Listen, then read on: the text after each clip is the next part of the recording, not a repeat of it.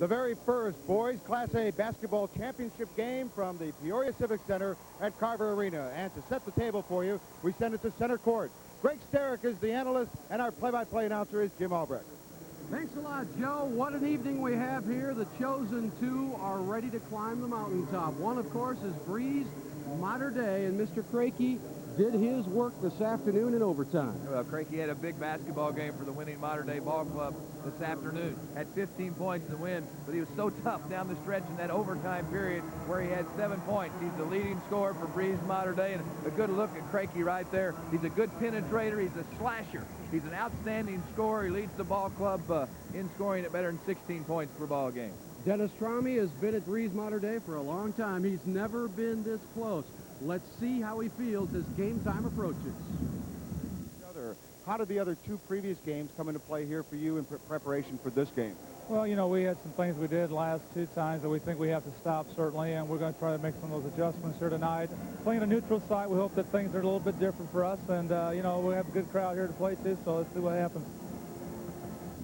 Number 1 rated Shelbyville has a plethora of weapons. One of them is a point guard you're going to love to see play. His name is Kevin Hurtis. Plays a strong physical point guard. He runs the show for the ball club. He really maintains the composure of the basketball team. A good distributor. He can score from the outside. Likes to drive the basket. A great play right there by Hurtis. A behind the back move. He's a slasher, a driver. Gets it up on the glass. A nice two-pointer for Hurtis. The Rams head coach, of course, is Sean Taylor. He is 60-5 in 2 seasons. Oh, 61 would be sweet. Well, let's go to Joe Passion. Give us an idea, Sean, of how the team approaches this, having beaten them twice already. Well, we just have to do the same stuff we've done the first 2 times. We have to execute, we have to play great defense, and we have to shoot the ball well. Both teams know each other extremely well. We're just going to have to go out and execute tonight. Will the third time be charmed for Breese Mater Dei, or will number 1 Shelbyville stay there? We're about to find out on the IHSA television network after these local messages.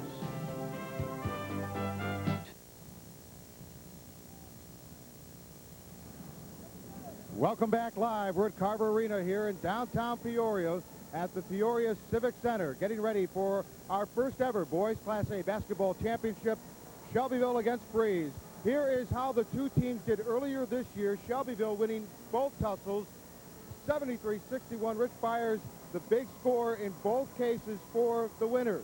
And Adam Zeranin for Breese Mater Dei in the first game, and a 20-point Shelbyville winner the second.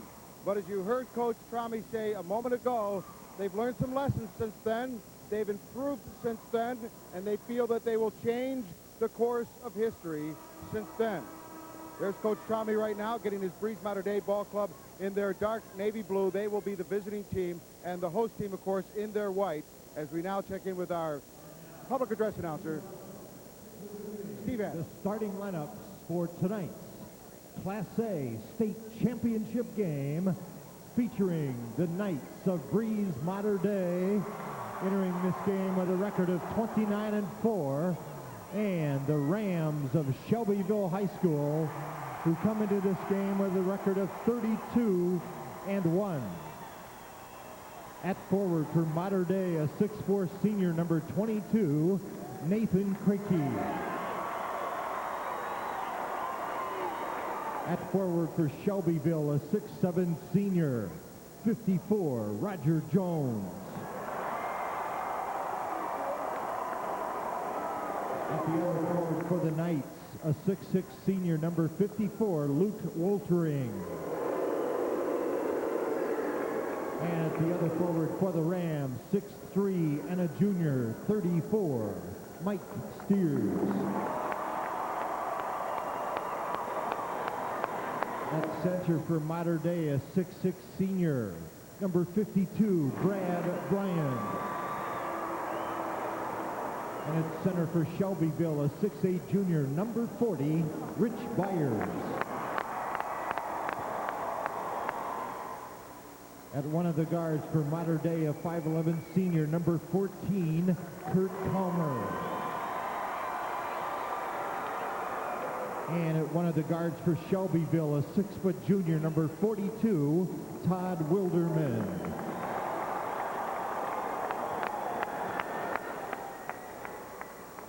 At the other guard for Mater Dei, a 5'11 junior, number 12, Adam Zirin. And at the other guard for Shelbyville, 6'1 senior, number 14, Kevin Hurtis. And introducing the coaches, first for Mater Dei in his 15th season as the head coach, Dennis Traume. And for Shelbyville in his 6th season at Shelbyville, Sean Taylor.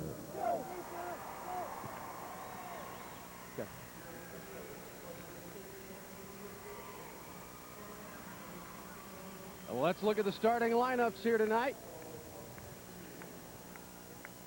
That, of course, not our starting lineups for this evening's championship game.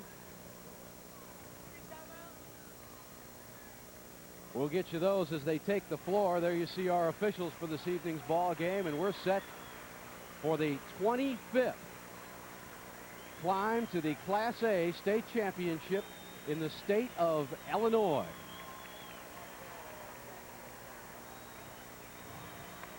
There's your team comparisons brought to you by American Air and American Eagle. When you need your package delivered today, not tomorrow, call 1-800-CARGO-AA. Greg? Both these ball clubs shoot the basketball very well. Three-point field goals, edge to Shelbyville, free throws to Shelbyville, rebounding and size, that's Mater Dei, and quickness, I think, is Shelbyville. These two ball clubs have met twice this year, and I think both ball games, Jim, were decided by 12 points. That is correct. Shelbyville, of course, will start it up with Kevin Hurtis, Todd Wilderman, Rich Byers, Mike Steers, and Roger Jones. For the Knights from Breese Mater Dei, it'll be Adam Zirin and Kurt Calmer at the guards, Brad Bryan in the center, Nathan Krakey, and Luke Woltering at the forwards. Well, you know that old saying about it's hard to beat a team three times? Don't even say it. Don't even say it. Everybody here's saying it. Let's find out if Shelbyville can ignore it. Ball is headed out of bounds, and off of whom? They're going to jump it again. Well, we'll have a deja vu restart here. Breese Mater Dei brings the number 5 ranking in, and of course it's their first time to the big dance. With the basketball is Kevin Hurtis. Mater Dei very tough defensively, have been the whole tournament. They play strictly a man-to-man defense, very, very tough. The All-Stater Rich Byers, who's had 47 points in these 3 tournament games, misses his first shot tonight, and Mater Dei will get it cranked up. That's Krakey with the basketball. The shot is off the mark, and it's headed out of bounds, and a heady play there by Adam Zirin. Nice hustle play by Zirin. These two ball clubs really know each other very, very well. So there wasn't a lot of preparation for this game. It has been 10 years since the team brought the number 1 title to the state championship game and hung on to it. Bryant fadeaway, not there. And here comes the rain. Shelbyville has won 23 games in a row. Their only loss of the year to Springfield Cavalry.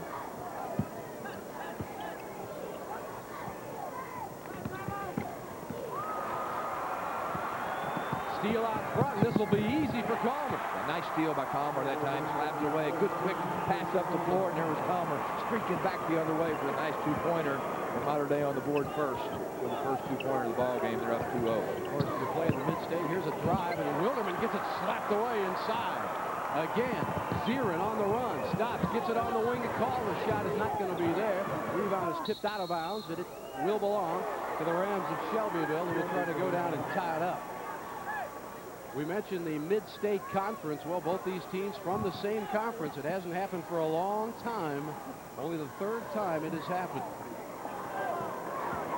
Hard to do to get 2 representatives down here from the same conference. But I don't know about the other members of the Mid-State Conference, but these 2 are feeling pretty good. Byers can shoot from the outside as well as in, even though he stands at 6'8". Shelbyville doing a good job keeping the floor open, trying to get some cutters inside or spot up Byers. Boy, there he is.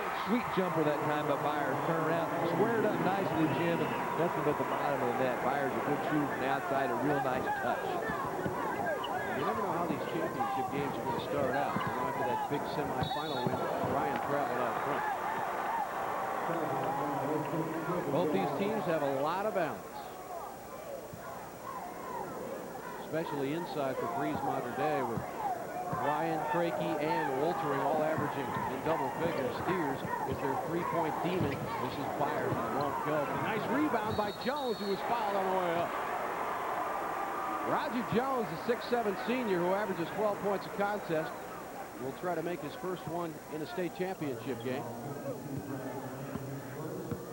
These two teams do know each other. They're not exactly in each other's backyards, but it'll only take an hour at the speed limit to get there, 65 miles apart. Well, by playing in the same league also, you know they play a lot in the summertime too, Jim, so they're very familiar with each other's style of play. There you see Roger Jones with that tremendously huge three-point shot in his sectional game, and we'll tell you about that in just a minute against Nokomis. But it was in OT, and it saved the quest for the championship as Shelbyville made it on down here. Crakey with a big three-pointer in the semifinal. Here's Bryan on the baseline.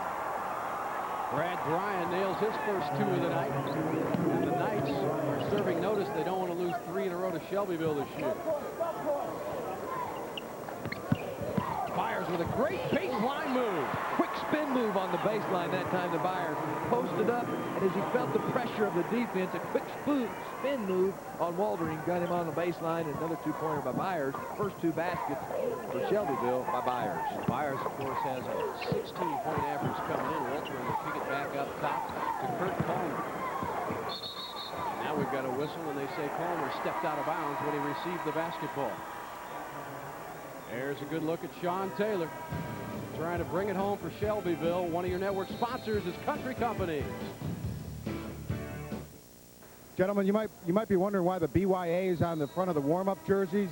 Well, according to the players, it's better your attitude, or as some of them put it more indirectly, beat your, well, I don't want to go into the rest of it. Back to the game. Thank you very much, Joe. Inside for the easy 2 is Ben. Make that Ben Short, yeah, for Shelbyville. They snuck him in during the timeout, and Short gives the Rams a 6-4 lead. Jim Albrecht and Greg Sterick along with you. This is a night a lot of kids dream about. There's only a few playing. Waltering jumped a little bit short. Ball is fought for. It looked like Short touched it last. And it will stay in the offensive end for Breese Mater Dei. Nice follow that time, but Waldron, the shot didn't go, but he went after the basketball and kept it alive. And Waldron's the type of player that's really quick to the basketball. Very active, has 24 rebounds in these 3 tournament games as well. Bryan can shoot from up top, and Crakey can shoot anywhere, but that's not going to be the rebound high for it. Was the All-Stater Byers. Well, Byers went up high to rip that rebound down. Hurtis in a hurry, forces it, gets it with Short. Nice penetration. Hurtis with great penetration right there. Short, a good job running the floor, but the dish was right there by Hurtis. Oh, he's so strong with the basketball. He's a slasher and always looking to distribute the basketball first. They're pinching the man in the corner, and Breese Mater Dei gets out of it. That was not an easy thread either. He had to zip it home, and somehow it got through for the assist. Adam Zirin, who has the basketball, doesn't shoot a lot, but he gets it inside to guys like Waltering. Contact inside and a foul from behind. It will not be a shooting foul.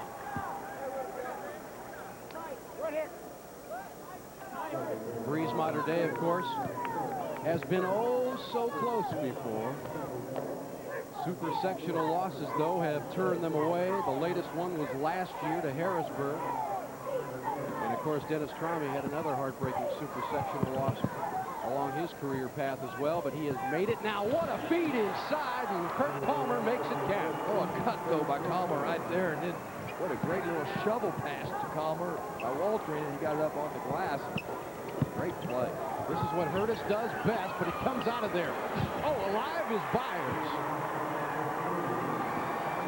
Well, he's come to play tonight. He's all over the offensive glass. Byers with 6 of the 10 points.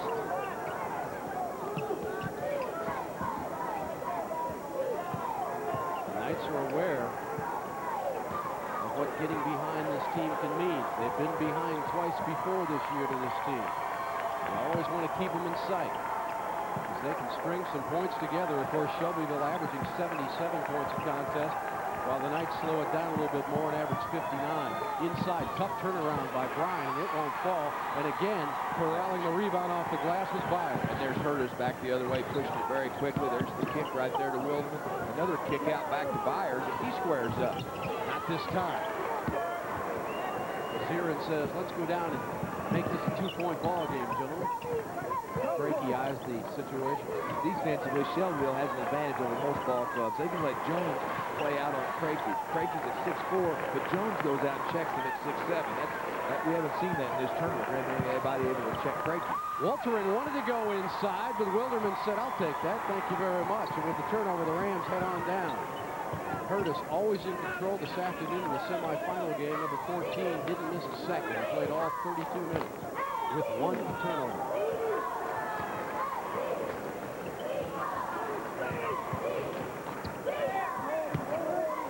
Hit it, says the coach, and the player cannot respond, though, as Jones misses. Sean Taylor said, there it is, hit it, but it didn't go down. And in a hurry is Palmer, taken away nicely by Hurtis, but he stepped on the end. Well, Hurtis is all over the basketball board, a real hustler, and really the glue of the basketball team. And you know, not only offensively but defensively, really sets the tone. A look there at the coaching staff of Mater Dei. Sean Taylor, the coach of Shelbyville. There's Ryan posted up along the baseline. He buries the 12-footer sweetly, and it's 10-8. Shelbyville with the lead in the basketball. Wilderman can do a lot of things. He almost threw that one away. But pretty silent though here in the first quarter. Usually gets off to a good start with either an easy layup or pops up and knocks down a 3. And of course, Crakey is on Steers, and here's an interior pass that's knocked away, but gathered in by Wilderman. And Steers, of course, is their 3-point expert, and Crakey's shadowing him defensively. Jones will force the issue. He'll get a trip to the free throw line for his efforts. Was a nice play, too, by Wilderman. Got a nice angle where he could deliver the basketball inside. See the nice bounce pass there. Throws it away from the defensive man. Then Jones looks and just squares up, faces. Then an up and under move by Jones. And Bryan picked up the personal foul. And it's going to be Roger Jones at the line. Good free throw shooter on the year. Better than 80% from the stripe. And, of course, at 6'7", you wouldn't think he'd live beyond the arc. But Jones has over 40 3-pointers, but as I mentioned earlier, none bigger than in that regional final this year against Nokomis. He fired, the time was running out, the ball hit the net. Nokomis went down 68-66, and that's why Shelbyville's here, because nobody else has been close, at least until they got against Mendota in the quarterfinals. A little surprise, he's 0 of 3 here in the ball. He missed the first 3 free throws. That one he knocks down.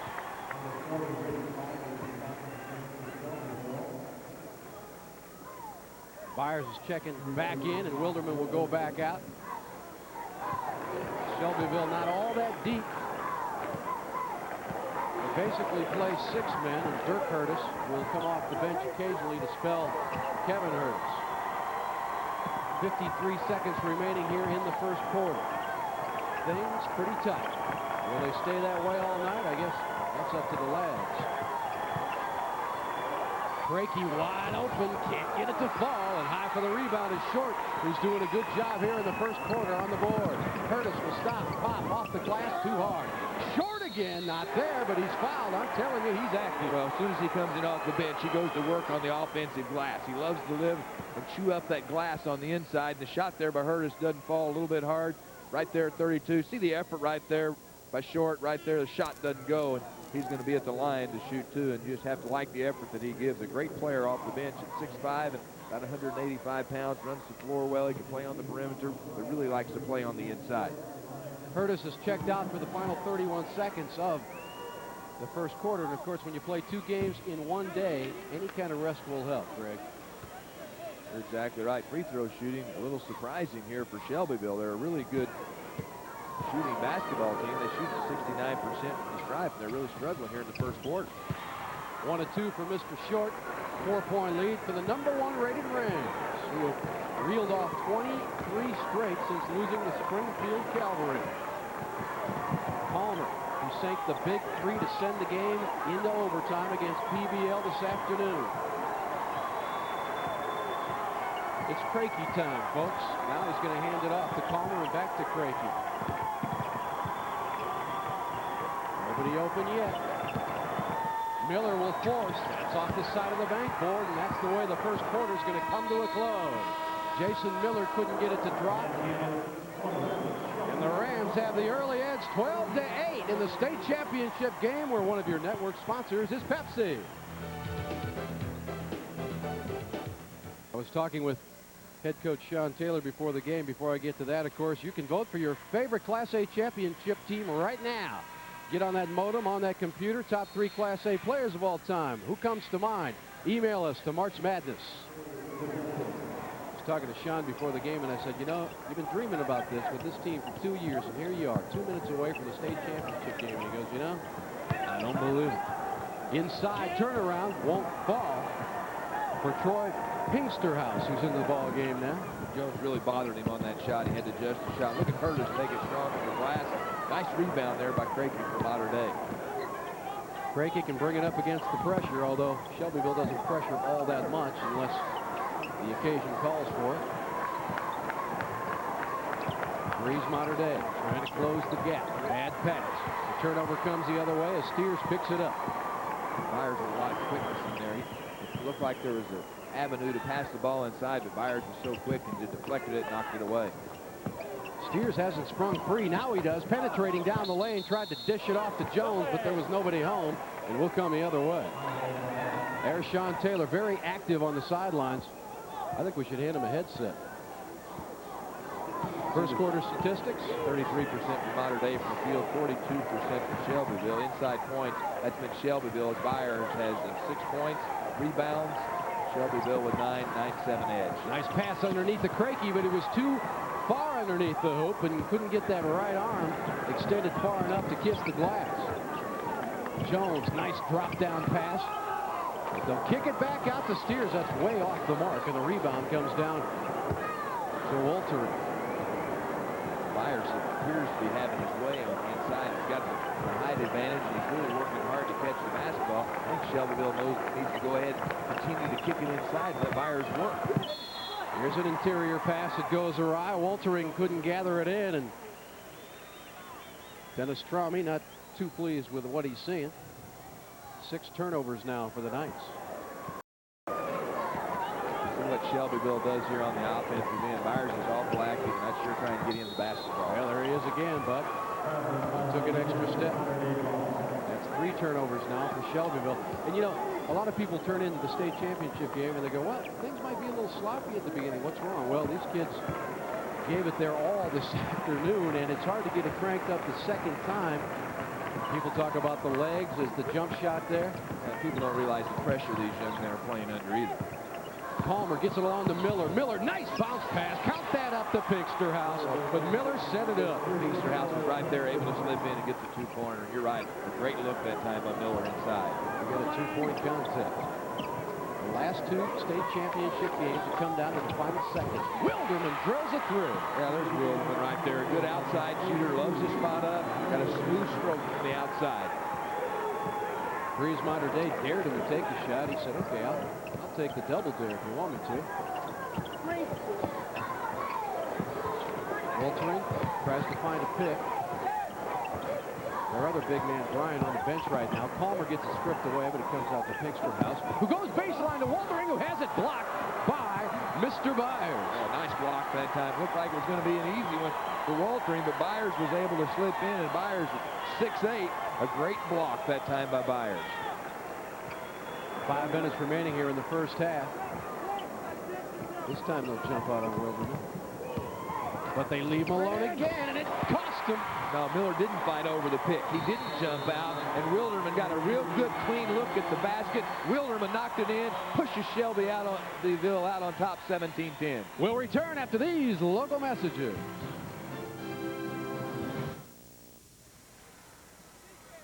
An awful lot of great basketball teams did not make it to this invitation. King of the Hill next week right here at the Peoria Civic Center.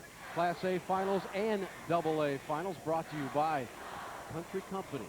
Drain and Freeze. That's what the fans will see, and you can see it here on the IHSA as well. I think this is a pretty important trip down for Mater Dei. Well, you look at the turnovers. Mater Dei with 6, Shelbyville with 3. And of course, then you have to talk about points off the turnovers. Shelbyville's been able to capitalize They get numerous easy baskets off their defensive pressure. Crakey's been cold here in the first half. Somehow coming up with it is Miller, who gets it over to Woldering, who gets to Zirin, who does not drain it. But there's Crakey. He misses the lefty, and they're missing a lot of shots. And look at Mr. Hurtis. He almost pulled it off. He stepped out of bounds, though. A great hustle play that time. And Hurtis going for the loose basketball. Might have felt like he got a little push over there on that sideline area.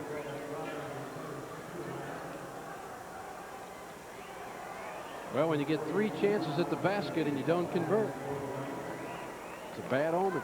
Yeah, and your leading scorer, Crakey's going to check out of the ball game as Tevye checks in. And Crakey off to a very, very slow start. Yet to score in the basketball game. His ball club's trailing by 7. It's Shelbyville 17 and Mater Dei 10. And he's had some pretty good looks. He just hasn't gotten them to drop. Bryant does. Brad Bryant pulls the Knights to within 5. There's that big shot they said they needed, and they got it. Hurtis, look at this penetration by Hurtis. Nice play that time by Hurtis. Boy, he's so strong with that upper body. So strong and uses his body so well. And Hurtis, of course, had a nightmarish quarterfinal game against Mendota where he fouled out and then was called for a technical foul. Woldering trying to power, kicks it off his knee. Well, Shelbyville has really turned it up, haven't they, on that defensive end? They average a lot of points, average 77 per ball game. But in this game, once again, they're really setting the tone with their defensive play. See Hurtis, a nice spin move. He beats Zirin on the dribble right there, takes it among traffic. Great body control. Nice kiss off the glass. 7 turnovers now for the Knights. Wilderman with strong hands avoids the turnover.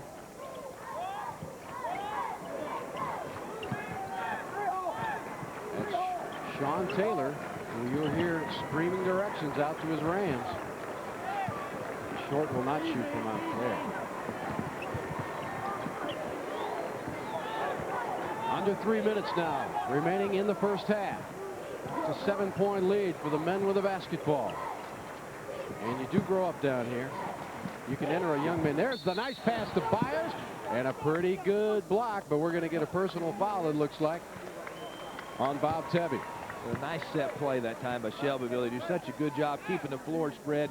Hurtis once again the delivery person, and Byers right there with a good cut. No question about the foul on the play.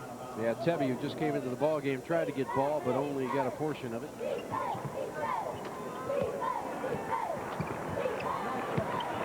Way outside his steers. That's within his range, but he is off the mark.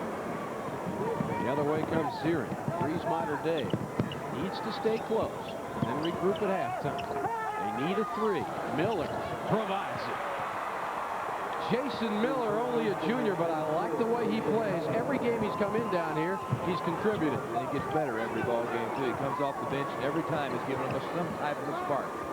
Wilderman drops it off into the post. And Ben Short says, thank you. I'll give you an assist on that. It's a 6-point Shelbyville lead, and now a steal. Here's Wilderman. Count him up. Great steal that time by Wilderman. Just picked the pocket that time of Zirin. Back the other way. He's so quick. So quick. Hand got right in there, slapped it away, picked it up, back the other way.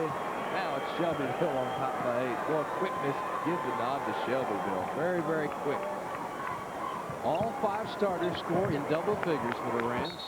When you got that kind of balance, you can be rated #1 all year.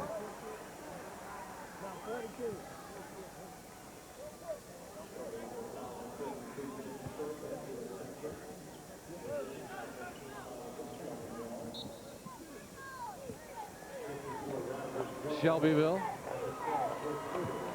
sending in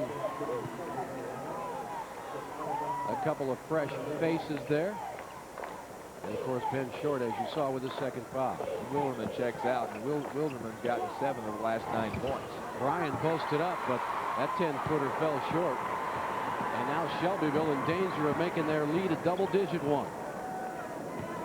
Hurtis stops, drains it. Oh, tremendous, tremendous player. I think his defender thought he was going to come around the pick, so he gave him some space, and you don't want to give Kevin Hurtis any space. And now almost another steal, but Hurtis will pick up the foul. He is playing with confidence right now. Steers. 34. Getting back to Hurtis in the quarterfinal game, of course, against Mendota, he picked up that technical foul. It almost changed the momentum of the game, but of course, Byers got the Rams out of the fire with a game winner, and here's the three.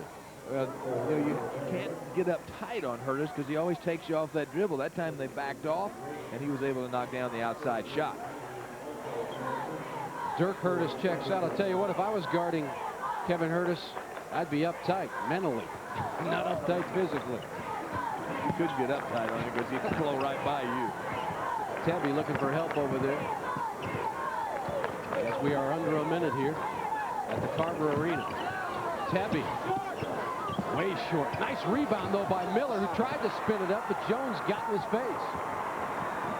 Shelbyville has things their way. Oh, look at the move, the crossover dribble. He can't get it to fall, and Hurtis almost made a spectacular play. He made one here this afternoon. Will they hold for one? I think not. They'll go down low post, but Bryan can't handle it. We have a foul against Breese, Mater Dei, and Bryan. Bryan just couldn't find the handle. Then went back to trying to grab the basketball, and he just grabbed Jones's arm on the play and picked up the personal foul. There's the governor of the great state of Illinois. I saw him at the ticket window. He was saying, no, I'm on the list. Really, I'm on the list. Will call window, wasn't it? Yeah. Mr. Jim Edgar, of course. He's always here. He loves basketball like any good Illinoisan. Sean Taylor says, let's take it easy here. Of course, Jim Edgar, the governor, will be talking with Joe Passion at halftime. I don't think he'll be talking about point spreads either. He'll be talking about what a great tournament this is in Peoria. Way outside his Steers. Ooh, in and out. He made one similar to that this afternoon in the semifinal game, but that one pops out. And the Shelbyville Rams, trying to become the first team in 10 years to carry the #1 rating into the state tournament and leave the building with it, are halfway home. They lead at 26-15. Well, let's head to Joe, where Dennis Cromie is standing by, thinking about what he can do with these Rams.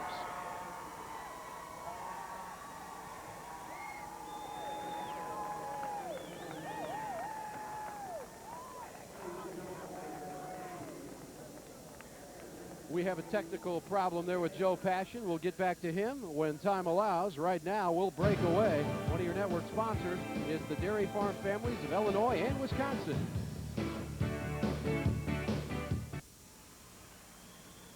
We are back at the Carver Arena in just a few moments, of course. The third and fourth place teams will get their just desserts with their medals. And, of course, Alleman beat PBL 58-41. Alleman finishing third here this year after a fourth place finish last year. But let's get back to the matters at hand. The Shelbyville Rams came in trying to win their third game of the year against their conference opponent in the Mid-State Conference, Breese Mater Dei. They are well on their way, and the pressure is unbearable for the Knights right now, Greg Sterick. Well, they're trailing by 11 points, and Shelbyville's a tough basketball team to try and play catch-up basketball against. But Shelbyville really set the tone, I thought, with their defense. They really got after it tough on the defensive end. They went to their all-stater Byers early in the ball game. He responded. He had 6 points, and really I thought Wilderman got the ball club really off when he knocked down that three-pointer. Wilderman had 7 points, and Hurtis, as usual, just ran the show beautifully and brilliantly for the Shelbyville Ball Club. We are back after these local messages.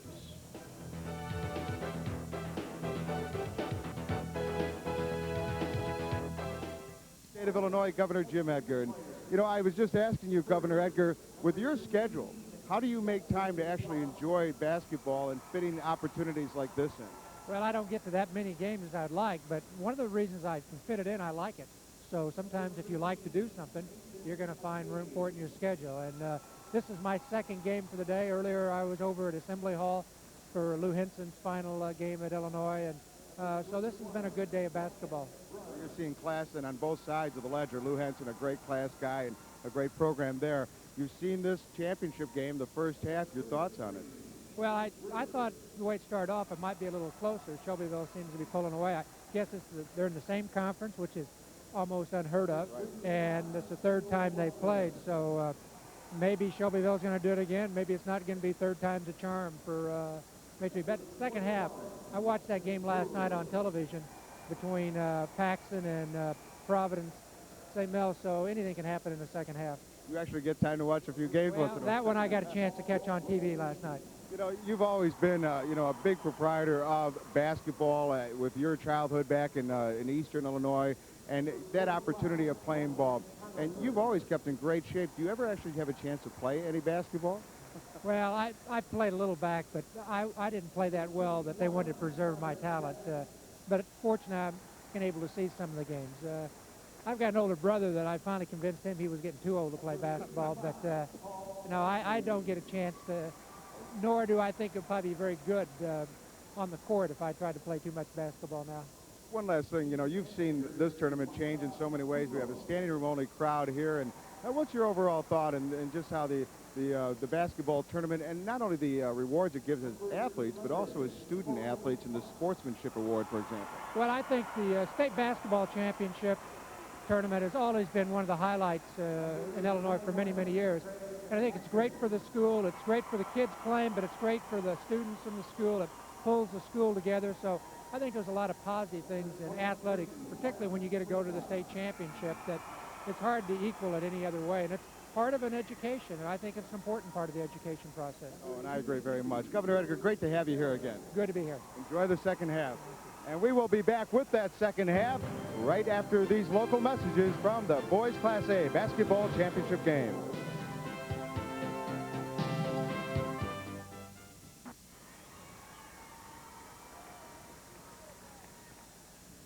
The Alleman Pioneers and, of course, Paxton Buckley Loda are receiving their trophies. The Pioneers, the third-place medals, and, of course, PBL, the fourth-place medals. And right now, we are courtside. I'm Jim Albrecht along with Greg Sterick, and we're going to take a look at some of the halftime highlights and size things up here and see if, in fact, Breese Mater Dei can make the third time a charm this year. They have lost, of course, to Shelbyville twice by a dozen in each game. Let's go to the highlights and this man. Well, and Hurtis does a good job controlling the show for Shelbyville. The shot was missed right there, and a good battle on the inside. And there's the big fellow, Rich Byers, as he sticks it back in, an offensive stick back for 2 points. The baseline move. Oh, and a great pass right there. Six-man Pinkster House for Mater Dei slips along that baseline and a nice kiss off the glass. There's Hurtis once again. He's a great penetrator, always looking to distribute, but he's got a nice touch with the basketball and gives the hoop that time to Hurtis. And inside, there's Ben Short. Nice post-up move, nice turnaround, away from the defensive man. Nothing but the bottom of the net for Short. And, of course, Ben Short and his mates are up by 11. Let's take a look at some of the young men who have made their own personal history as we take a look at the trophy presentation for third and fourth place games. Number 43, Jeff Manus.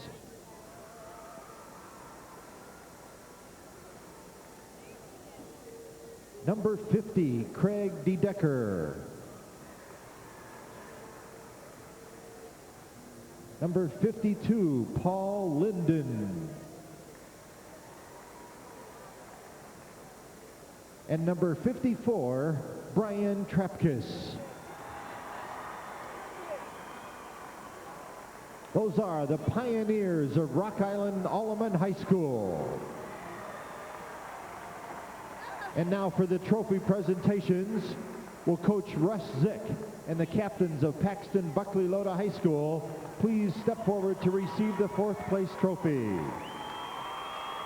And there it is, the presentation of the fourth place trophy to the Panthers of Paxton Buckley Loda High School.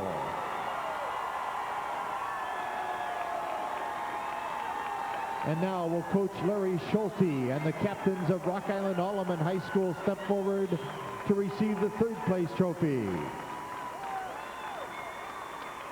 And there it is, the presentation of the trophy to the Pioneers of Rock Island Alleman, this year's third place finisher in Class A.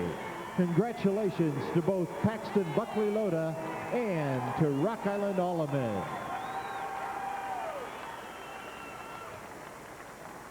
Once again, this announcement for Alleman fans. Attention, Alleman fans, there will be a welcome home celebration scheduled for...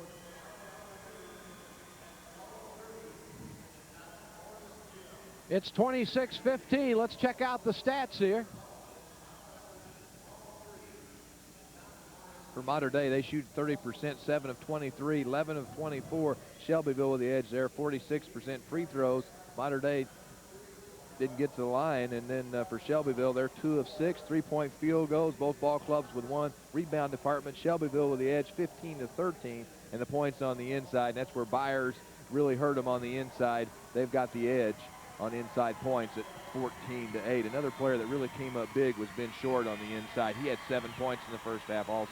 And a player who was not knocking them down was Nathan Crakey, who was such an important part of this Breese Mater Dei Knights team. And we reiterate, it's not easy, especially if you're a jump shooter, to keep it active for 2 straight games, especially with the kind of pressure that the Rams put on the perimeter. And both teams now out on the court, of course, as we get set to see if Shelbyville can pull it off. They thought they were going to do it last year, and Breese Mater Dei thought they had a pretty good chance last year as well, Greg Sterrick, before they were knocked off by Harrisburg in the super sectional. Of course, Breese Mater Dei lost a couple of starters, included in that All-Stater Dwayne Gable, who was now playing at Georgia Southern. So it's ironic how it turns out sometimes when you think you're going to be there, you don't show, and maybe later you'll get there. That man's here now and looking for some answers. We'll return after these local messages.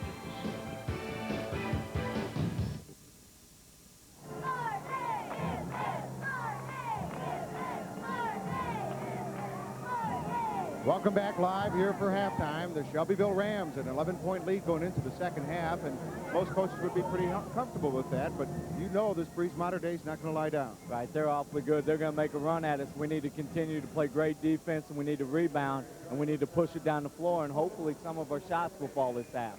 We got a lot of fans out here today, Sean, including a lot of the relatives right here by courtside. Have a great second half. Thank you very much. All right, Sean Taylor back right behind us. We got all his kids out there. Go Uncle Sean. So he's got support from all ends. And now let's go back to our support at the other center court with Greg Sterrick and Jim Albrecht. Thank you, Grandpa Joe. We appreciate that. Now, I was talking with Sean Taylor before the game, and a couple of points, Greg Sterrick. First of all, he mentions getting more shots to drop. He says his team has not shot at the state tournament like they have all year as far as accuracy. And the second thing he stated during that interview was that I know they're going to make a run. He said that about Rock Island Alleman this afternoon.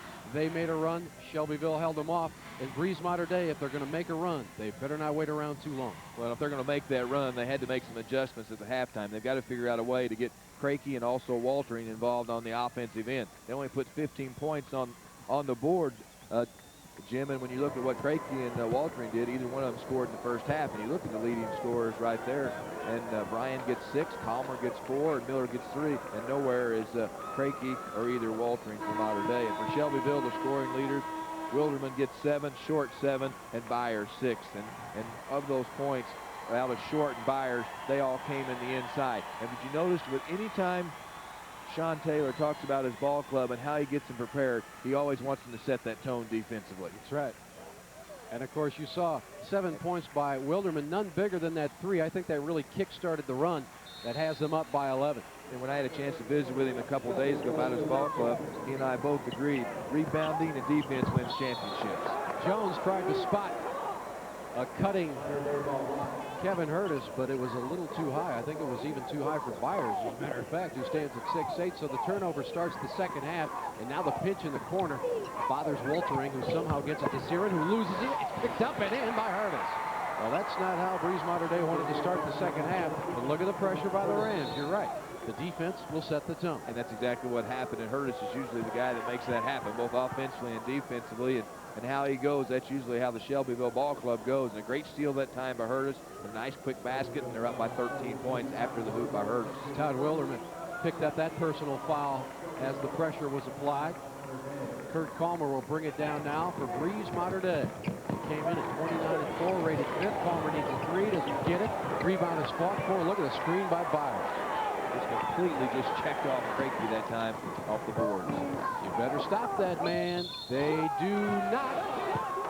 Until the whistle blows, of course, and then it's the charge. That's about the only way to stop Kevin Hurtis. He is a man on the move.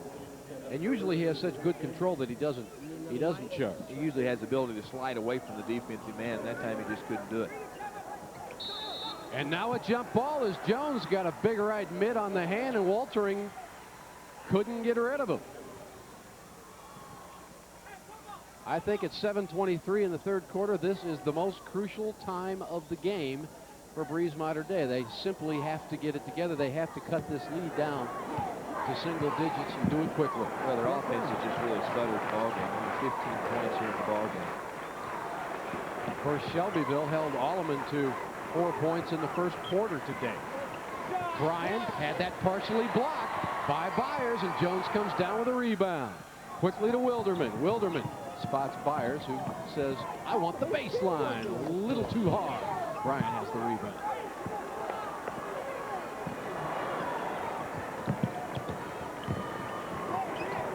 The Knights looking for someone to strike the offensive match. So far, the someone is silent. Waltering traveled with the basketball. Now we have two calls. Well, we had a travel by one official. We had a foul by the other, and I think the official closest to the play itself will win out. It is a foul, and it is on Kevin Hurtis. And that is pretty big. Kevin Hurtis, that's his third personal foul. You see right there, Hurtis was right there. The question was whether or not he walked with the basketball before the foul. One official had a walk, and the other official that was closest to the play made the call, and that was the third personal foul. And that's big as Hurtis picks up his third foul at 6:40 left here in the third quarter. Waltering trying to power against Jones, fades away, but it's short. They just are not getting any inside shots. Hurtis on the bench, resting those three fouls. Wilderman has to run the ball club in that point guard position. And he can do it. Don't worry about it. Oh, Byers is free to the glass. That's easy. All they have to do is form a little triangle. Let Byers work real hard inside, give him a nice pass, and he's so quick inside. That was the case there. If you were expecting a tight one, not yet. One of your network sponsors is Ford. Important possession right here for Shelbyville. If they can make a stop right here, they've really got all the momentum. And after that timeout, you want to come out and really play some tough defense. Look at the attendance there. Fourth sellout of the weekend. That's what they wanted when they moved the tournament to Peoria, and that is what they have got. Crakey can't hit. Rebound belongs to Short. Crakey tried to tie him up, and he's successful at that. It's got to be very, very hard to come out of. You've worked all year like Crakey has, a senior. Led his team down here, and now it won't fall. And he's a little frustrated. He's 0 of 7 from the floor. Not a little frustrated, I guess. And understandably so. Well, last year in the championship game, Aurora Christian had their way, and Normal U-High looked like a piece of driftwood for a while, but they came roaring back in the final 10 minutes of the game, so maybe Breese Mater Dei has similar plans. But right now, we've got a whistle and a foul on that man, Kurt Coleman. Still, there's so much time left in the ball game. I think Palmer that time, you can see on the face of Mater Dei, they're starting to look up at that clock and see how much time, and there's still plenty of time. There's a jumper from the All-Stater, Rich Byers, and he's making it look awful easy right now. 32-15, biggest lead of the contest. 10 points for Byers on the night. For an All-Stater, I guess you're supposed to shoot like that, especially in the championship game. Palmer springs free, can't get it, and only one shot almost every time down for Breese Mater Dei. And they're not good shots either. Shelbyville's just completely taken them out of any type of an offensive set, and they've really struggled with the basketball. Ryan's been hot for him on the inside. He had 6 points in the first half, and he's yet to get a touch here in the second half. Good look on the inside there. Good inbounds play as Crakey catches it, and he gets his first basket. Hurtis checks back into the ball game. And Wilderman gets it over on the wing. There's the jumper by Byers. This one far short. Crakey wants to run, or I should say, yeah, Crakey does want to run. And now he'll wait for Palmer. Sheeran doesn't take that shot a lot. Bryant just kicked it right back out because Byers is swarming all over him. And now Pinsterhouse has trouble with it. They're just not getting a lot of quick passes and moving the ball around. Yeah, they're doing too much dribbling with the basketball. They're trying to move it with the dribble instead of the pass. Palmer can't shake free, so Pinsterhouse waits. This is working in the favor of Shelbyville, obviously. Well, but Shelbyville is the one that's turned the heat up on that defensive end. They're taking away any type of penetration. Trying to go around the pick is Calmer. He'll throw it up, and we've got a whistle and a foul, and that'll go against Steers for Shelbyville. Even trying to find a pick is hard against the Rams.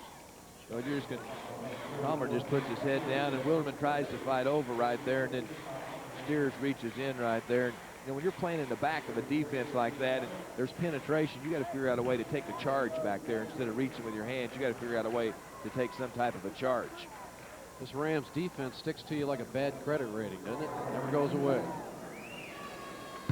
Not that I would know anything about that, but I've heard stories.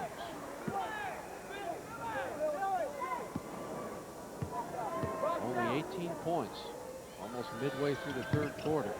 Make it 19 now. It's Palmer, one of the few bright offensive spots for the Knights tonight. If I'm Shelbyville, I'm looking down into the post. Ooh, almost lost, and now on the floor, and Palmer comes away with it. Crakey wants three. He really needs it, but doesn't get it. And Byers had the rebound, lost it, cuts last by Shelbyville, and that's 0 for 8 for Nathan Crakey. No, he got one basket. Oh, He's that's got right. one basket, so he's 1 for 8.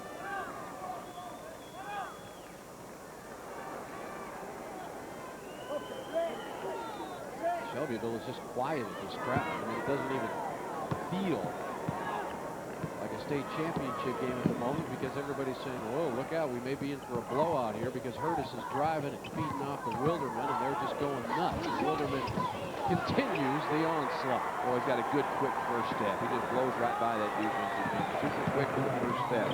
Crakey won't get that one. The rebound comes down to Hurtis. And the Rams are on the run. Short was open for a while. Now Jones says, oh, I'll just throw up a three. Won't hit it. Good box out, but nobody got on Hurtis. Nobody boxed Hurtis off. Wilderman, nice penetration. Gets it over to Jones, and Jones will go to the free throw line as Woltering hammered him.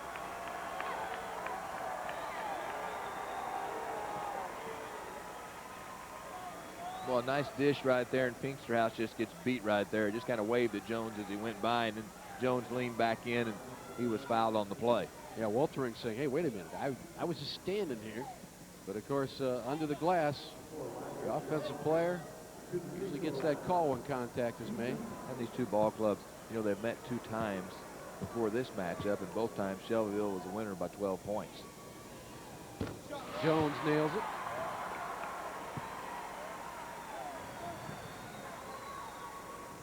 The Denny's Slam Can. I wonder if you could make it with one of those great omelets, you know, throw an omelet up from 15 feet at Denny's and get it in there. I doubt it. That free throw won't go. You know, we were talking about those 2 meetings between these 2 teams. Byers has been a force in both. Byers scored 24 points in one contest, 22 in another. So they haven't been able to stop him all year. No, they haven't had an answer for Byers, have they? Pinksterhouse cross court. Woltering will get it. His first basket of the ball game, too. Big Luke knocked that one down. Under 3 minutes now in the third quarter.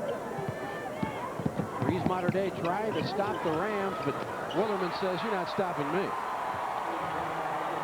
He is one tough lefty, isn't he? Yeah, Wilderman now with 12 points. But, you know, Curtis was the guy to distribute the basketball. It was Wilderman just spotted up on the play. And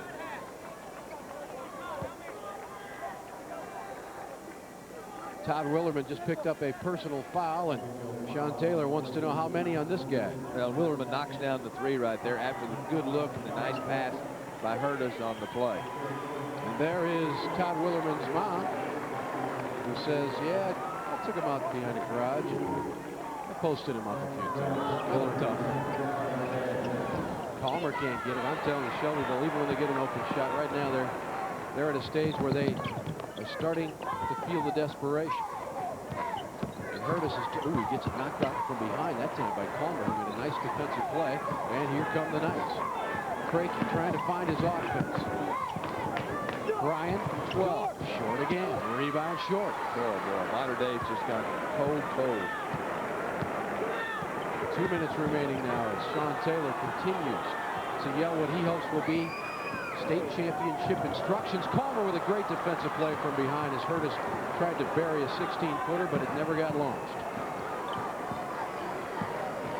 Palmer, nice move. He'll get that to fall. And this kid, I'm telling you, we were talking this afternoon about how Palmer made a turnover in the last minute of the game, and it looked like it was going to cost Breese Mater Dei, and he looked like he was part of the floor, but a few seconds later he hits the three to tie it and send it into OT, and that's why you always got to stick with it. And you got to credit the coach for that play, too. Yep. He set up a play for Palmer to get that 3 points. Will Wilderman hit again. This one's too much iron, but with the basketball is Steers.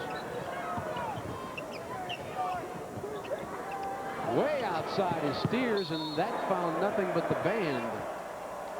Another bounce, and that's into the band here at the Carver Arena, and that's unusual for Mr. Steers. That'll tell the story right now. Mater Dei at 28%, Shelbyville at 50%. Dennis Trauma, who you just saw, he is Breese Mater Dei High School. He's been there for 30 years, 15 as the head coach. You know you've been around school a long time when you were there before computers. Well, defense and rebounding have really been the strong suit all year for this Mater Dei ball club. And their offense has sputtered at times, but here in the state tournament, the ball games here, they've really shot the basketball remarkably well. Crakey breaks the pressure, but it's taken away from behind by Mike Steers, who will now cause a foul. That foul goes against Adam Zirin, and that shows you, that play right there, how quick Shelbyville is. Well, just a hustle play. It looked like they were all beaten on the play, and everyone in Shelbyville floors just blow it right back up the middle of the floor. Great play by Steers to slap it away, and then he's coming away with the basketball. Zirin picked up the personal foul. Wilderman comes back in, and checking out is Dirk Curtis. See the hustle play right there by Steers. Just picked the pocket right there of Crakey. Didn't know the defensive man was coming. None of his teammates were giving any help, letting him know. Steers was able to pick his pocket. Steers has trouble and maintains somehow.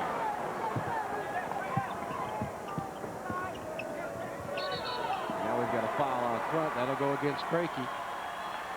And regardless of what you're seeing here tonight as far as shooting is concerned, you're not seeing the real Nathan Crakey, folks, because he's a player. He made a three-point play today in overtime that sent this team on to victory, and it was one tough shot along the baseline with a guy all over him.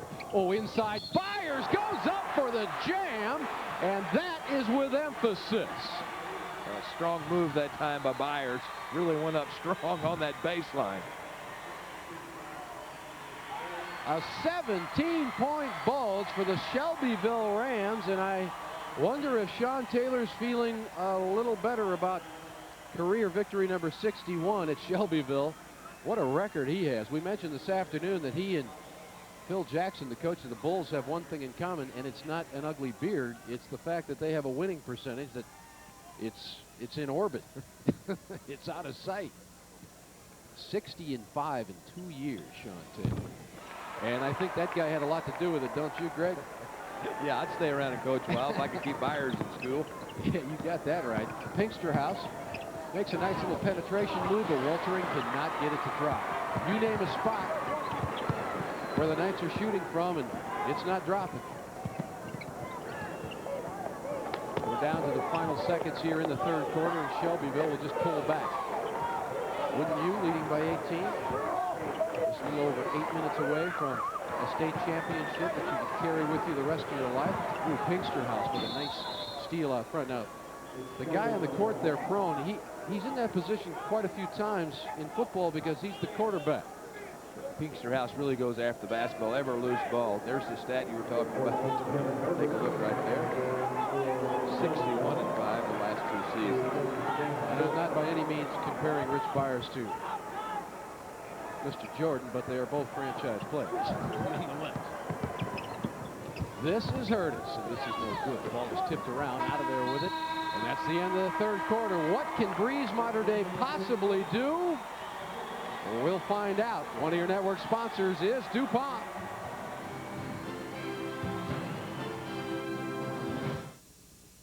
Well, we're down here with the Breese Mater Dei cheerleaders. We talked earlier today about how these girls actually went to a cheerleading championship competition in Bloomington after today's semifinal game. They finished 11th out of 22 teams, but they're back here to support their boys basketball team in their other championship game. Miller couldn't get it to fall. You know, I saw Joe on top of a pyramid last night in the hotel lobby, but I didn't want to ask him about it. Here's a drive by Hurtis, and they just keep nailing it down. The Rams are playing the game they wanted to play in the state championship against their conference foe, Breese Mater Dei. What a block. Byers up high to reject that one. What a career he's closing out here tonight. Well, when you talk about Shelbyville's ball club, though, Jim, it's not just Byers. Byers, of course, with 13 points in this ball game in the All-Stater. That's a very, very balanced attack. You see Byers right there, comes across, Calmer goes up for the shot, and Byers just slapped it in about the 12th row. Yeah, make it a career night for Byers. Not a career, because he's still going to be around next year as far as being a junior is concerned. We got a whistle, and of course, with a 20-point lead, things have slowed down a bit. Mater Dei simply just has to think miracle at this point. I mean, they haven't really been able to get the shots that they have to get. So what do you do at this point? And they haven't been able to make any kind of stops on the defensive end either. There's going to be nights when your shot doesn't fall, but you can always stick on the defensive end. And Coach Tromley has to be a little disappointed in how his ball club's reacted defensively. Well, they just haven't had an answer for the penetrating Kevin Hurtis. He just sets it up.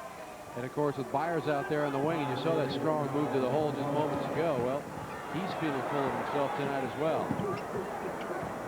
And when you're in the fourth quarter with a big low, Byers is feeling so good he wanted a three. Rebound down to Wilderman. They'll crank it up again.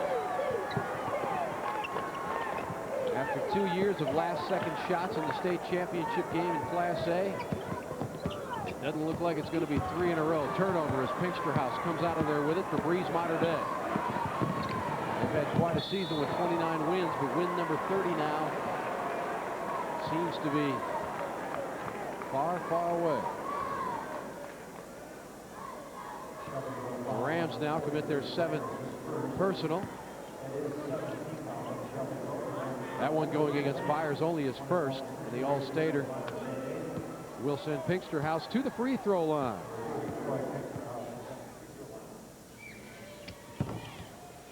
In and out. Boy, a lot of people down here this weekend are talking about the big switch from Champaign to Peoria. That's what everybody's talking about. And of course, as far as the players are concerned, I think Rich Byers had the best politically correct response I have ever heard. He said, you know, both places are great. Long jumper not there. Both places are great, but it doesn't matter where you play. You got to come to play. That's, from a 17-year-old, I'd say that's a pretty good answer, and now a great effort there by Steers. Let's take a look at some of the student athletes here at the Carver Arena this weekend. There's one of them from the Alderman Pioneers, Scott Cornelis. Of course, these being presented by DeKalb, earning our way on more of your acres.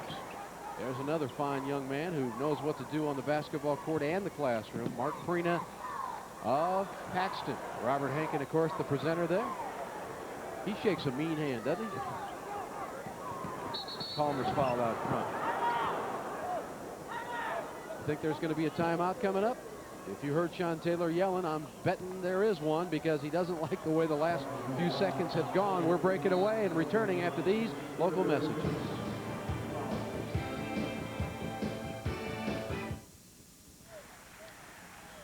I just want to know why all these people have better GPAs than I did. B.J. Francisco from Providence St. Mel, the Scholar Athlete Award winner from that fine team out of the Chicago area, who was upset by PBL. What a game that was yesterday. And there, of course, the lowest scoring title game, Havana with 33 points. And I'll tell you what, Breese Mater Dei has got to hurry to stay out of those books.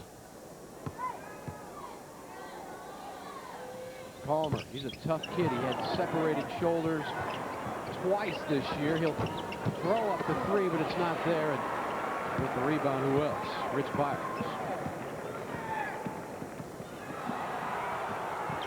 How do you stop Hurtis? I mean, he's so strong, like you said early on. He just muscles his way in. Jones up, won't get it. Byers tipped it around. Right back to Williams.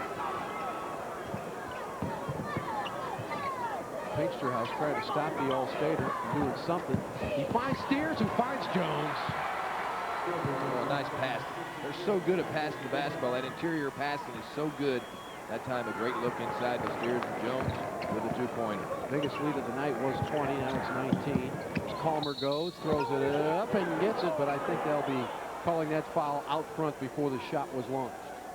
Nice move nonetheless by Kurt Calmer, who's playing his last game for the Breese Mater Dei Knights. He's the only player really from Mater Dei that's been aggressive at all on the offensive end. He's the only guy that's taken it to the basket. He's tried to hit some threes from the outside, but offensively they've just the Big O just hadn't been there getting this basketball game, and that's why they're trailing 45 to 26. You know, when you are successful, and Breese Mater Dei has been that this year, sometimes you set yourself up for disappointment. Breese Mater Dei did that in '83 and '84. They went 30-1 that year and lost in the Super Sectional to McLeansboro. And then, of course, '84 and '85 went 29-1. Last year went 28-3 and lost in the Super again. So at least they have made strides. They are here in the big one. Difficult, too, for young players not to get down when they're not shooting basketball very well. Oh, forgot to call glass, but we'll give that one to Zirin, a 3. But to finish my point, when you're playing good on that offensive end, sometimes that picks up your defense also. 5-second violation. Shelbyville didn't get it in. And if you're Sean Taylor right now, that, of course, Dennis Tromey, if you're Sean Taylor, you can taste it. And you don't want any silly mistakes at this point because, remember, these are 16 and 17-year-old lads, and they may start celebrating a little too prematurely. Well, you don't want your ball club to get complacent. They've played awful well, and he wants them to continue to finish out that way. Brian DeCalmer, who fades and doesn't get it. Rebound. Fires and gets it right back, even though Zirin tried to slap it away.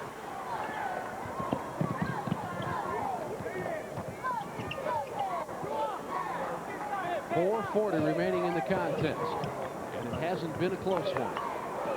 Shelbyville had a 4-point lead after 1 quarter,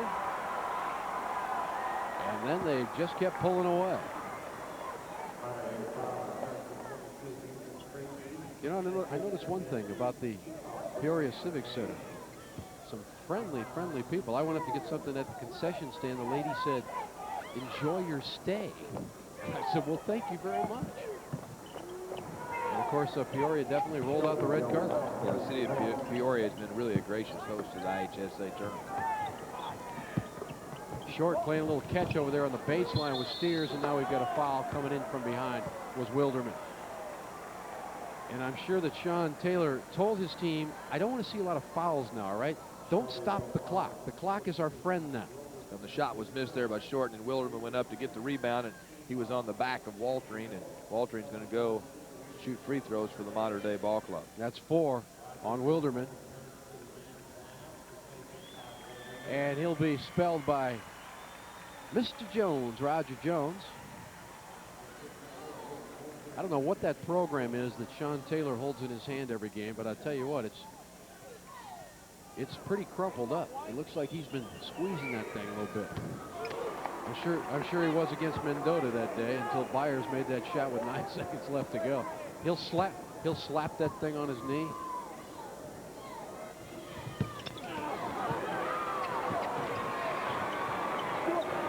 Strong rebound by Short.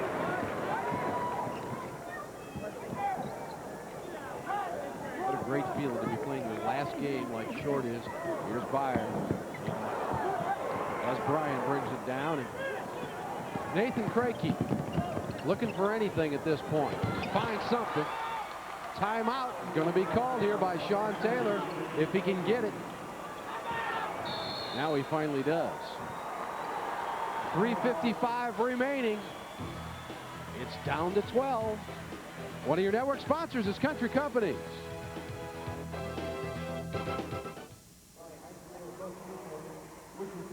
Welcome back to Carver Arena. We talk about the cheerleaders, the teams, and all the other people that earn their trips here. And beside me is the band. And our band here. This is a first in automotive history. Dakota High School. This is a high school that actually earned their opportunity to be here, and their first time ever at a boys basketball championship game. Dakota High School band. Great group. A couple of things have happened during the timeout. One, of course, and I'll have you allude to this, Sean Taylor, he wants his team to keep intensity up. It's real easy when you're up by 20 to kind of say, well, hey, send it back. Yeah, I spoke about the complacency of his ball club, and I think he called that timeout just to remind his ball club that, hey, this game's not over yet. Basketball games are a full 32 minutes, so let's get back in gear and let's play a little bit. Krakey, can he hit another one? No, that would have really started something because that would have cut that deficit down to 9, but he couldn't get it to fall. It's just been that kind of night for Nathan Krakey and Dennis Tromey. I think that expression pretty well tells it all. Because I'll tell you what, when Breese, hey, they get up the steal. Calmer, can he make that? Yeah, he can. No, charge. Blow off the basket. Or no, let's see. How do they call it? I saw the official reach behind his head, but it'll count. It'll count, and Calmer will go to the free throw line. Official was reaching behind his head like he was going to call a charge. No, it's a great steal. Krakey and also Zirin and also Calmer there. Zirin actually comes up with a steal. Nice quick pass right there, a little shovel pass. Calmer strong to the glass with a kiss off the window, and the shot falls, and they're back to within 10 with 3:35 left. And he can't get the free throw. The rebound fought for it. It comes down to Steers. Yeah, no way was that even close to being a charge, and Steers now will be fouled. And with, of course, the three-point shot, things can close in rather hurried fashion. It's down to a 10-point ball game, 3:32 remaining. Breese Mater Dei just trying to reach back and find some kind of offense. The Shelbyville Rams have just been on them all game with their defense, not allowing any easy looks. Can you remember an easy basket that the Knights have had? I'll tell you what, though, you better make your free throws. Krakey. They go inside to Waltering. He's double teamed. He tries to kick it out and does so. Zirin will set things back up. Now Zirin goes to the glass. And suddenly it's an 8-point ball game. Could a comeback be occurring? On the deck is Calmer, and Hurtis will go to the free throw line. Still a lot of time left in the ball game, too. Still 3:09 left, and you're exactly right. They're going to have to make free throws. Right there, Hurtis with the basketball. Calmer tries to get set. It looked like maybe led with that right arm, but Calmer wasn't there. And Hurtis was fouled, and Hurtis at the line to shoot free throws. Well, they've missed on their last two trips, but not this time. Kevin Hurtis. Take a look at this drive now. Zirin, nicely done. Well, he really doesn't look for the offense there, but Wilderman or Hurtis, either one of them picked him up, and he was able to slip inside and hit that little floating jump shot. The momentum stopped for the time being by Kevin Hurtis. It is back to a 10-point lead for the Shelbyville Rams as Calmer hurries the other way. The pass is tipped around and headed out of bounds, and who does it belong to? Byers said, no. I didn't touch it last, but the official didn't see it that way. Coach Trami looking for a three. That's what he's looking for. You don't necessarily have to have it yet, but it would help. They go inside to Waltering. Waltering is fouled by Jones up top. Didn't see a lot of contact, but the official saw something. Got him with a little bit of a push as they were battling for position. Waltering an opportunity to go to the line. It's just a 10-point ball game. It's at the line to shoot 2. 10 team fouls now on Shelbyville, so that puts you up there for 2, but you've got to hit the free throw. There you see the mom and dad of Luke Waltering. Boy, you think she wants it to happen? She does. Her boy hits 1 of 2. Down to 9. Hurtis in a hurry. Interesting to see what Shelbyville does here. I think they want to eat up just a little time every time down now. They don't want to completely go into the deep freeze. Wilderman kicks it off, and Steers stared at the 3 for a minute. Fires, gets it blocked. Jones gets it back. And he is fouled, and that's a mighty big play. Well, it's a nice defensive play also by Bryant. Bryant was able to get in there and block the shot of Byers, but Jones right spot, right time, and a great pickup on the play. And you'll see Byers post up. Waltering goes to the steal. There it is. He got a little piece of it. Bryant did. Look at that good inside work that time by Roger Jones. Jones at 6'7", 215. Great work that time on the inside. Another look. Jones, nice kiss off the glass for the 2-pointer, looking to make it a 3-point play, and he does. He hits the free throw. And that's what makes comebacks so hard, especially against a team with an arsenal like Shelbyville. You just can't make a mistake. They made the good block, but nobody covered up for Jones. Bryant gets it over to Calmer, who hits a 3. Kurt Calmer says we can still do it. 2:18 remaining, a 9-point lead for Shelbyville as they hang on to the basketball. Knocked away from behind, picked up by Waltering, and he is fouled. Oh, that is not what Sean Taylor wanted. He did not want that clock to stop. Well, you got to hand it to Mater Dei. They keep coming right back at you. They've become the aggressor here in the 4th quarter. The first 3 quarters belonged all to Shelbyville. Look at that nice tip away right there from behind by Calmer. Then Waltering picks up the loose ball. No question about it. Steers going for the loose ball. He picks up the personal foul. I can almost hear the prayers coming from Luke Waltering's mother right now. We need 2, son.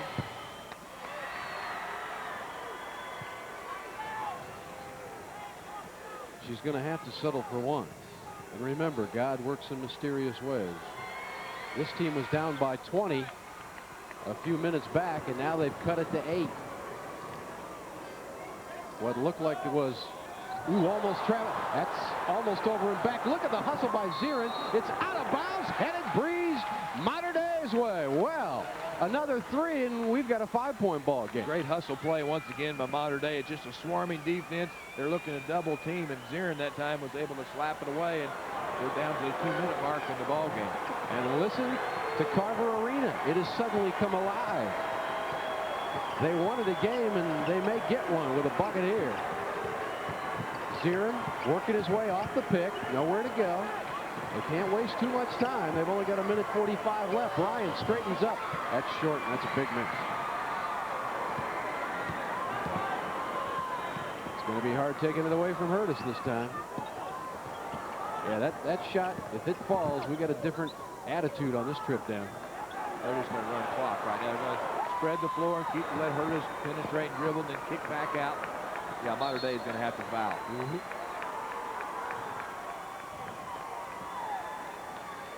Shelbyville, pretty darn good for the free throw line, about 70% on the year. And in this situation, Greg, if you've got 10 free throws left in the game and you make 7, the game's yours.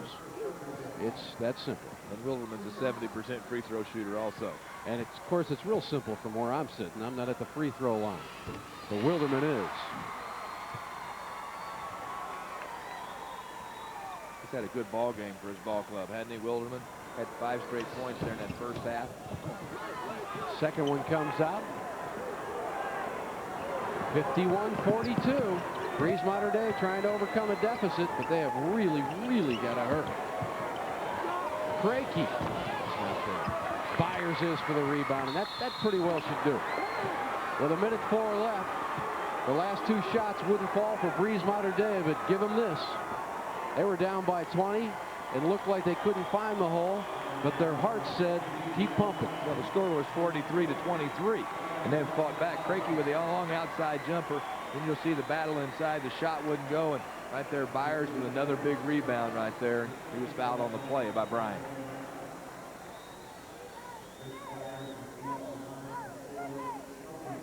And Bryant, of course, grabs some pine. He is gone with 5.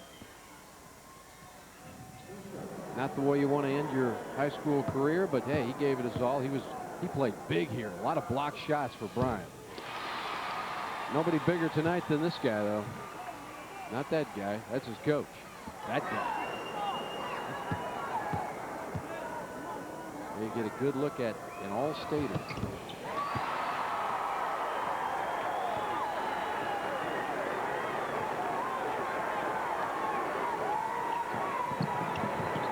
They don't want to give him the easy 3s. They'll try to force him out a little bit. Zirin up and in.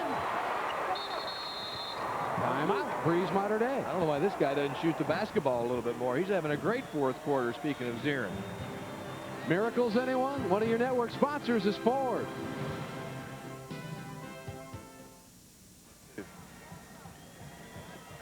Dennis Traume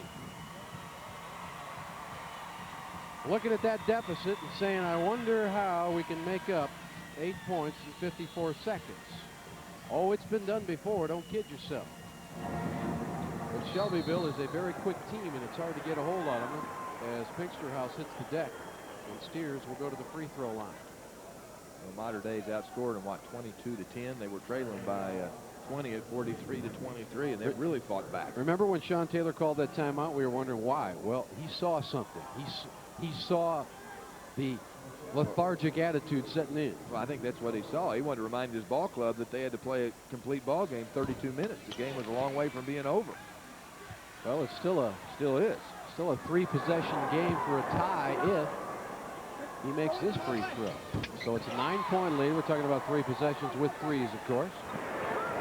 Here comes Zirin. Zirin gets it knocked away, and that'll put it down for Shelbyville. He got it. And this one is going to go home with the Rams. 38 seconds left. It's an 11-point lead, and Wilderman just shut the door. Zirin can get it. Ball's loose on the floor. Woltering saves it into Zirin, who does a little dipsy-do. Can't get it, and here comes Shelbyville. Somehow they get rid of it. Wilderman says, hey, look, I've got an open lane, but I'm going to stop. And he's fouled. That steal pretty much sealed it up. Here's your Mountain Dew player of the game, brought to you by your local Pepsi bottler and Mountain Dew. Just do the do. It's that man who has definitely done the deed. Now, Rich Byers had a brilliant ball game, 15 points, 11 rebounds, and 3 block shots, the player of the game. That's pretty all around. Pretty nice evening of work. And as we told you before in the 2 previous meetings,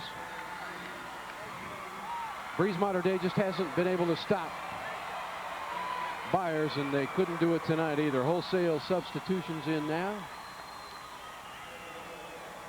as both teams clear the benches. And I tell you what, some good sportsmanship there is. The parents of the All-Stater, Rich Byers. Proud, proud, proud. It's a long way from the delivery room up to 6'8" and on to the All-State team, isn't it? Yeah, there they are. They got to be feeling good.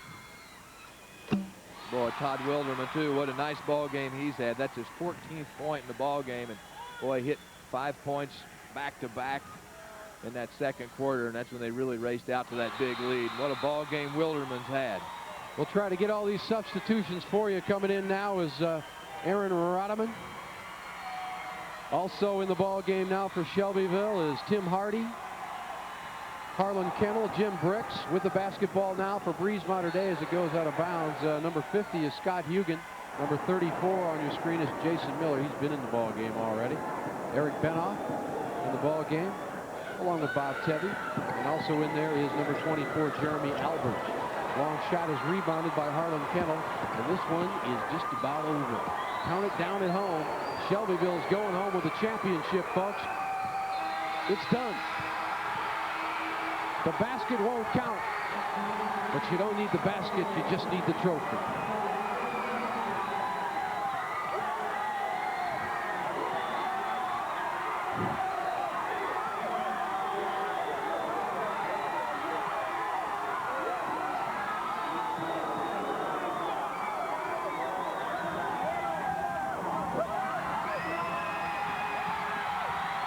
The lights are out here because we're about to have another celebration, Peoria style. Ready for a little fireworks? We saw it from Byers and Wilderman. We're going to see it now.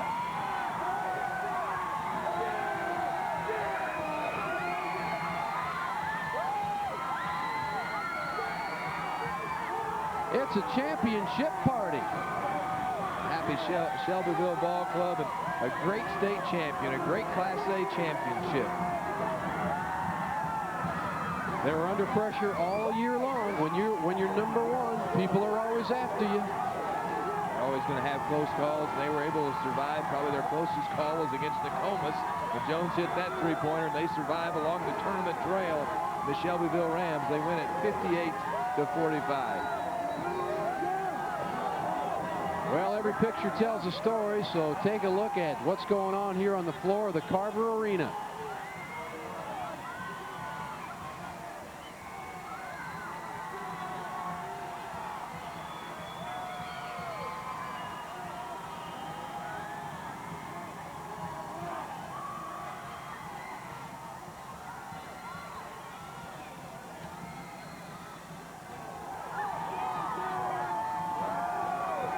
Let's take a look at our play of the game. Brought to you by the American Dairy folks, the dairy farm families of Illinois and Wisconsin. Got any milk? And Todd Wilderman, just a great steal. He had a great basketball game. He's a smooth little left-hander, a great defender right there, the swipe. Whoa. And then he takes it back and hangs up on the iron. But a great basket that time by Todd Wilderman. And that put an end to a gutsy comeback by Breese Mater Dei. We're back after these local messages, and your network sponsor is Zenith.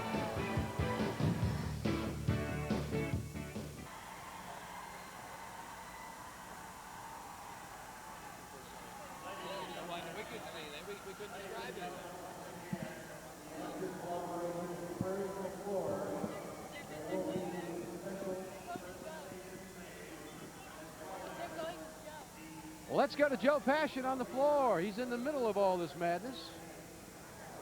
The lights are down for most of the court, but the lights are centered on these two, particularly head coach Sean Taylor of state champion Shelbyville, his all-state center junior Rich Byers, 15 points, 11 boards, 3 block shots, our player of the game. Where did the game turn back around in your control, though, in the second half when it seemed like Breese Mater Dei was making a very serious comeback? I think we took a timeout and coach settled us down, and we just realized what we had to do to win, because we've worked on it all year and we knew we could handle their press. It was just a matter of time, and things just finally started working, and we started finally making our free throws instead of missing them, and that helped a lot too.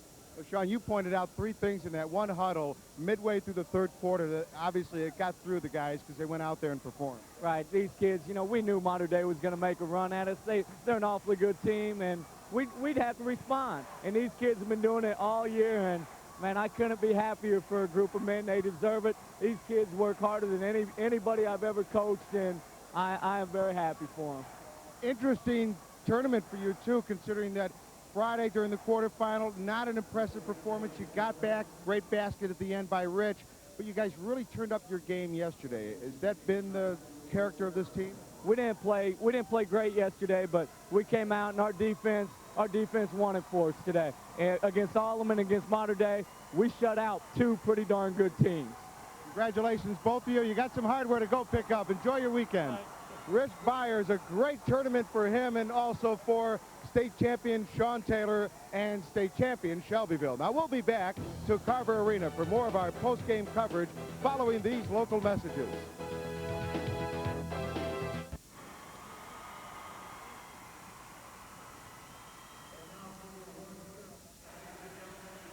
Well, we're having an awards ceremony here at the Carver Arena in Peoria, of course, at the Peoria Civic Center. A sellout crowd here tonight saw Shelbyville beat Breese Mater Dei. One of those awards, the Sportsmanship Award, and the recipient, one of the teams that was in the championship game, Breese Mater Dei. There you see Governor Jim Edgar out there, exchanging congratulations with Breese Mater Dei.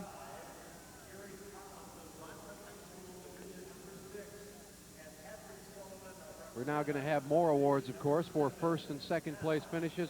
And if you are just joining us late and didn't hear about the third place prize, that went to the Alleman Pioneers over a very gutsy PBL team. I really like PBL, especially Corey Fox. I don't mean to say I have a favorite player in the tournament. There's so many, but I guess I liked Corey Fox's attitude. He weighed all of what, 120, and he was great. And now let's look at the scholarship athlete awards from DeKalb. Troy Pinksterhouse, starting quarterback, of course, for this Breese Mater Dei team, and now also, of course, great 6-man for the basketball team, and Jim Bricks from Shelbyville. Look at that GPA. All right, he'll do well in college wherever he decides to go, and there are the medals going around some of the assistant coaches for Breese Mater Dei. You know, Mater Dei, an outstanding basketball team, and you know, you can hold your head high when you finish second place in a tournament like this. I know they're disappointed, but that won't last long. They'll remember this for a lifetime. And of course, Shelbyville they just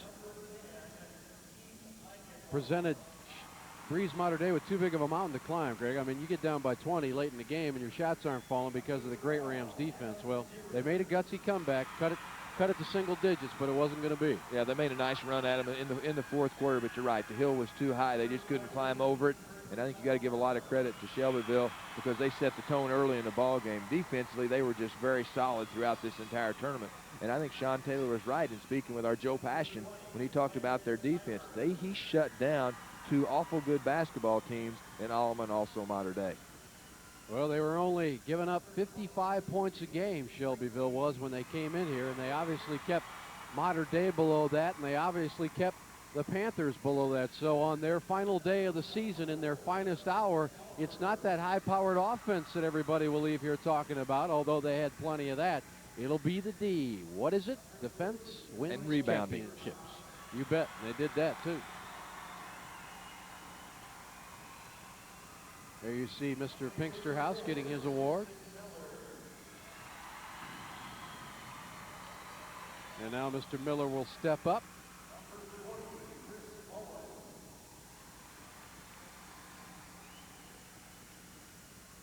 boy, some games we had here, starting with the very first game in this tournament. That was a burner. And Shelbyville, of course, beat Mendota. There was a call late in the game that, of course, if Mendota had it go their way, maybe Shelbyville wouldn't have been here. But this tournament is not about maybes. It's about the reality of dealing with what is called. And, of course, the All-Stater, Rich Byers, made the shot that took him on to the semifinals. And then in the nightcap, Providence St. Mel against PBL.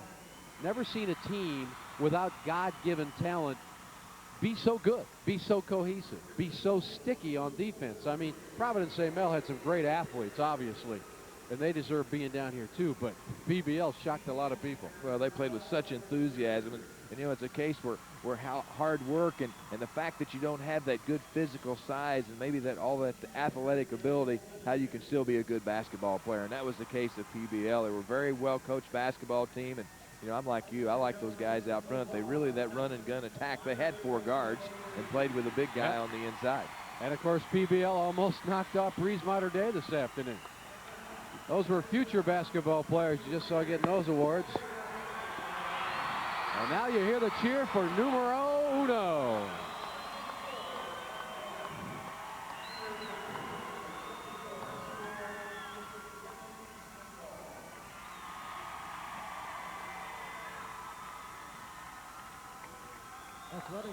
Next weekend, of course, the IHSA Television Network will be right back here. It's playing in Peoria. Tradition is starting anew. It'll be the Class AA tournament. Of course, it's down to the Sweet 16 now, and there's the head man. Sean, I'm there, Taylor. Boy, what an outstanding year they've had. They end up 33-1 on the year. Not bad. Springfield Calvary, the only team to knock off #1, and after that, they well, obviously they never lost again. They came into the championship game with a 23-game winning streak, so they end the season with 24 in a row. It's hard to do anything 24 days in a row, especially go to work, right? Well, they weren't straight days. Oh, they weren't? Yeah, let's check out some of these awards right now. And we'll go to the PA announcer and let you hear what the people here at Carver Arena are hearing. Number 30, Tim Hardy.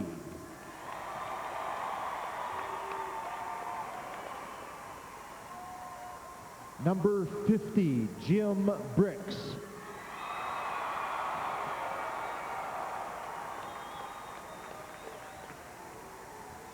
Number 24, Aaron Rodeman.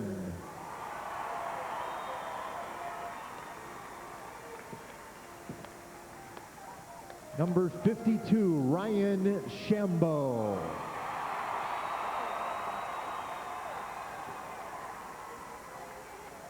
Number 44, Harlan Kennel.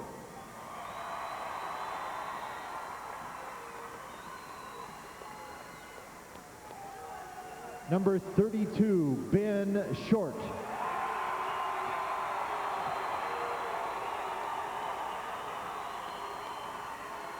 Number 34, Mike Steers.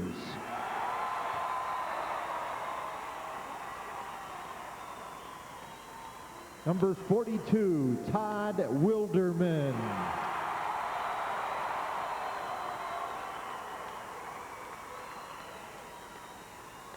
Number 40, Rich Byers.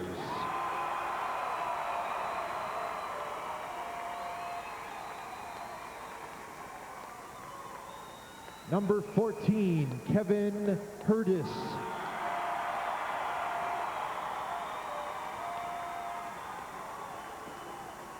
And number 54, Roger Jones.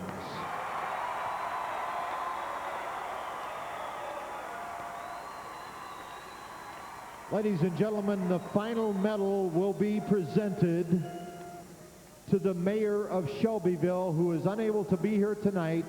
He is hospitalized back in Shelbyville.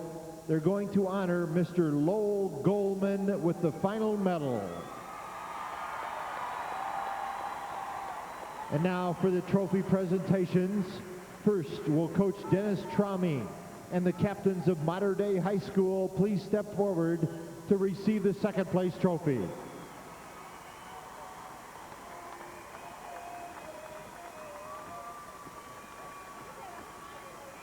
And there it is, the presentation of the second place trophy to the Knights of Mater Dei High School of Breese. Congratulations. And now will Coach Sean Taylor and the captains of Shelbyville High School please step forward to receive the state championship trophy. And there it is, Shelbyville High School wins the Class A state championship. Congratulations to Shelbyville High School.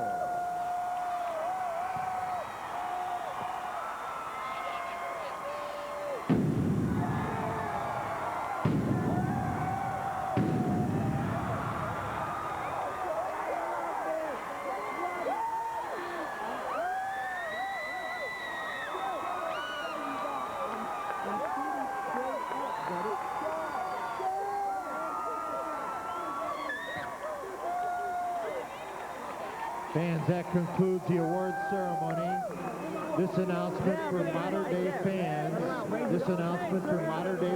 there will be a reception to honor the Knights tomorrow at 2 o'clock at the high school gym. Once again, Mater Dei will be honored at 2 o'clock tomorrow at the high school gym.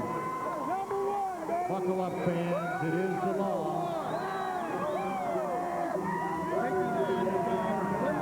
Explosive new looks here in Peoria, the new experience of America's Original March Madness. Joe Passion back with you, along with Greg Sterrick and, of course, Jim Albrecht. And again, our thanks to Dick Luckey earlier today. But I'll tell you what, the fireworks, the spotlights, the governor, these kids got to be thrilled, Greg. Well, if you're Shelbyville, it's still a state championship, though, Joe. Shelbyville, an outstanding basketball team, and I think you have to compliment the city of Peoria, the Peoria Civic Center, as well as the IHSA. This was quite a show. You know, Jim, on a strategic note, and I know you're a strategic kind of a guy, that third quarter turnaround when Breese Mater Dei really made a serious run for it, and somehow, as we heard Coach Taylor talk about, they were able to get control of the game back. Yeah, actually a couple of missed free throws by Shelbyville, a couple of threes at the other end, and suddenly this gym was alive again, and Breese Mater Dei came out of one of their timeouts and said, hey, maybe we got a shot. They cut it down to single digits,